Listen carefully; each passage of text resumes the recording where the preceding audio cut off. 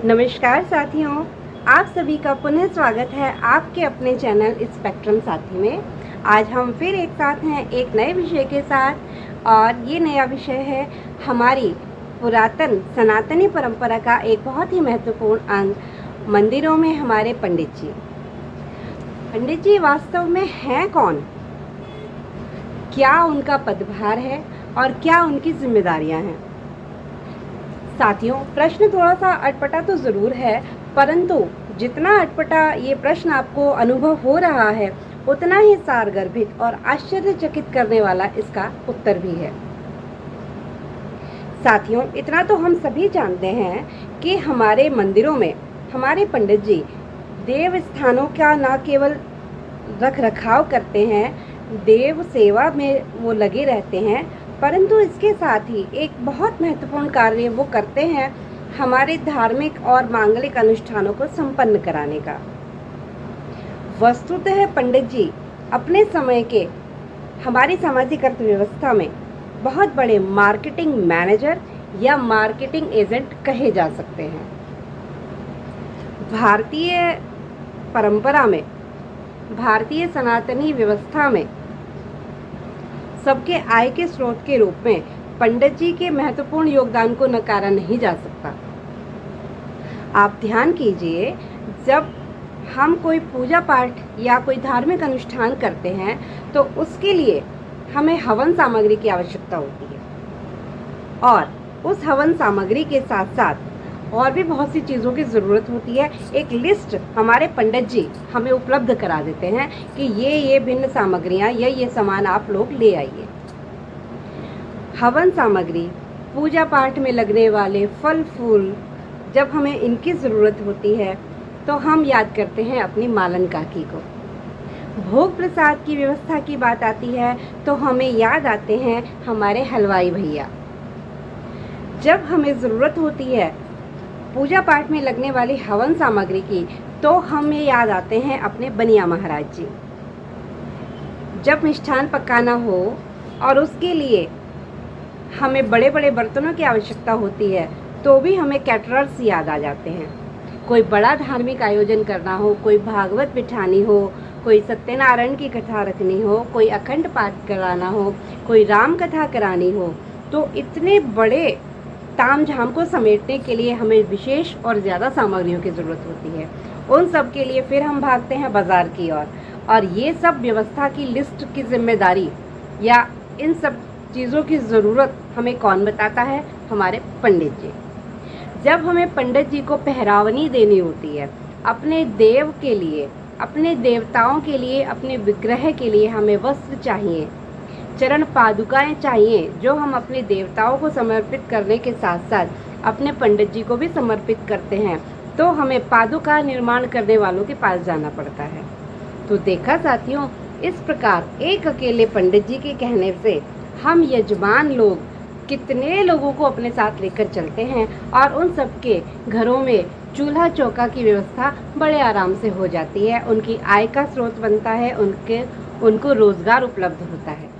साथियों, जब हम कोई बड़ा धार्मिक अनुष्ठान करते हैं, अपने घरों में भी हम पूजा पाठ कराते हैं, तो भोजन प्रसाद बनाने के बहाने हम लोग सदैव ही ज़रूरत से थोड़ा सा अधिक भोजन प्रसाद बनवाते हैं और जब वो भोजन प्रसाद हमारी आवश्यकता पूर्ति के पश्चात बच जाता है तो हम इसी बहाने उस प्रसाद को वितरण उन सभी लोगों में भी कर देते हैं जो नियमित रूप से अपने भोजन की व्यवस्था नहीं कर पाते। किसी का पेट भी भर जाता है और अन्न भी व्यर्थ नहीं जाता। तो इस प्रकार एक पूजा, एक कथा, एक हवन के माध्यम से भगवत भजन तो हो ही जाता है, साथ ही साथ कितने लोगों को रोजगार हम उपलब्ध करा पाते हैं। और इसके मूल में कौन? हमारे पंडित जी। ये तो नितांत सत्य बात है कि मेरे प्रभु तो बस भाव के भूखे हैं, न कुछ खाएं न पिए, न पहरे न ओढ़ें।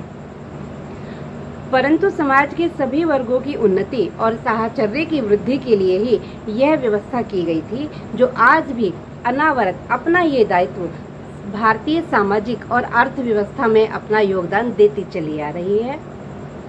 साथियों, साथ ही ये भी गौर करने की बात है, क्या हमारे मंदिर मात्र दिखावा है?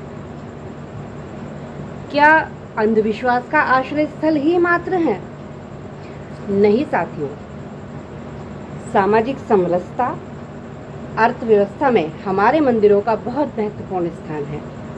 आप थोड़ा सा ध्यान कीजिए साथियों, हमारे छोटे बड़े मंदिरों के आसपास ही कितनी सारी दुकानें होती हैं।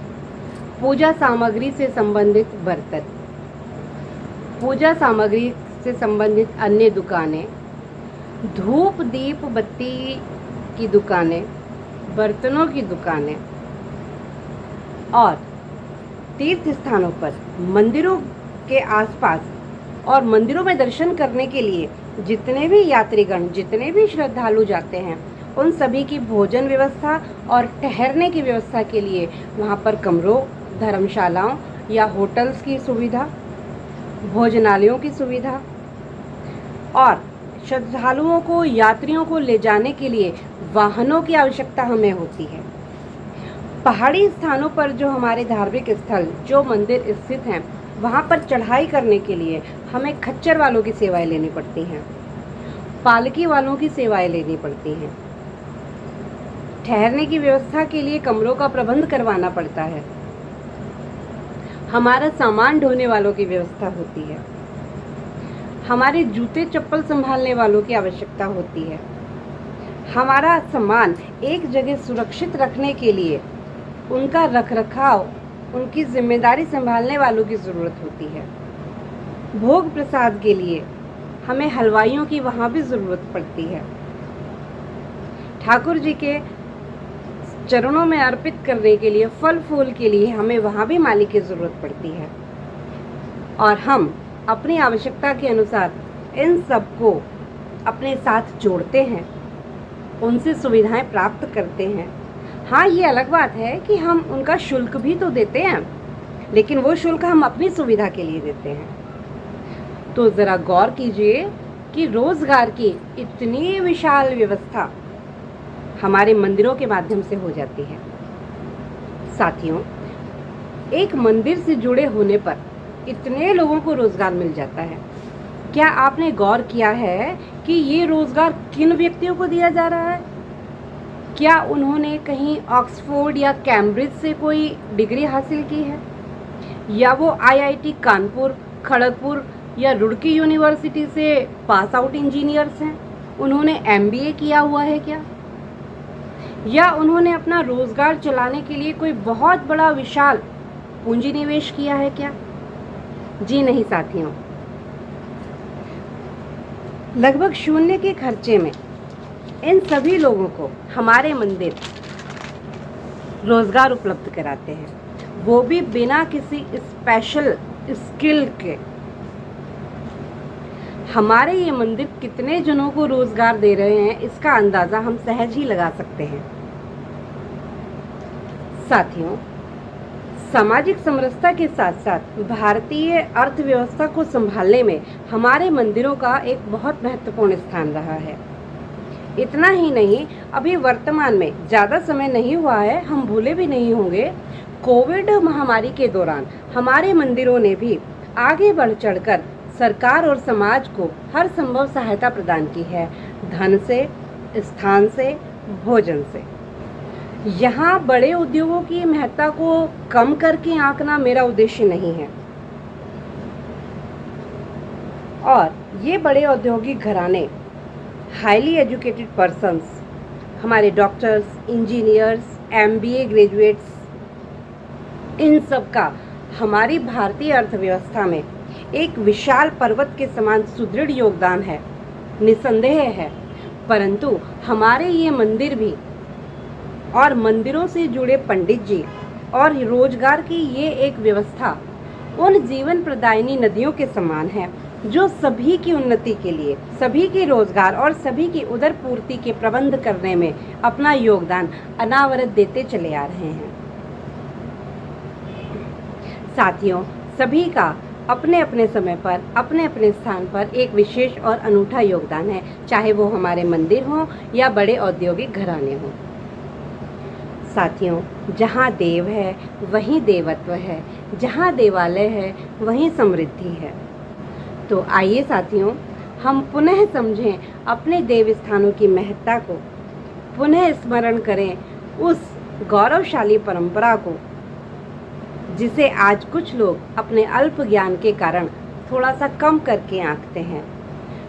पुनः हम संवर्धन करें स्वाध्याय से अपने ज्ञान का और मतिमंदता से बचें और स्वयं को गौरवान्वित अनुभव करें कि हमने उस भारत भूमि पर जन्म लिया है जो अपने साथ साथ सभी के मंगल कल्याण की कामना करते हैं और सभी को साथ लेकर चलने में विश्वास रखते हैं। सहिष्णुता और बंधुत्व जिनका मूल मंत्र है। तो आइए साथियों, पुनः जुड़ते हैं अपनी गौरवमयी पुरातन और परम वैज्ञानिक सनातनी परंपरा से और सभी के मंगल कल्याण की कामना करते हैं। स्वाध्याय से ज्ञान और व्यवहार के भी धनी बनते हैं। संगच्छध्वं संवदध्वम्।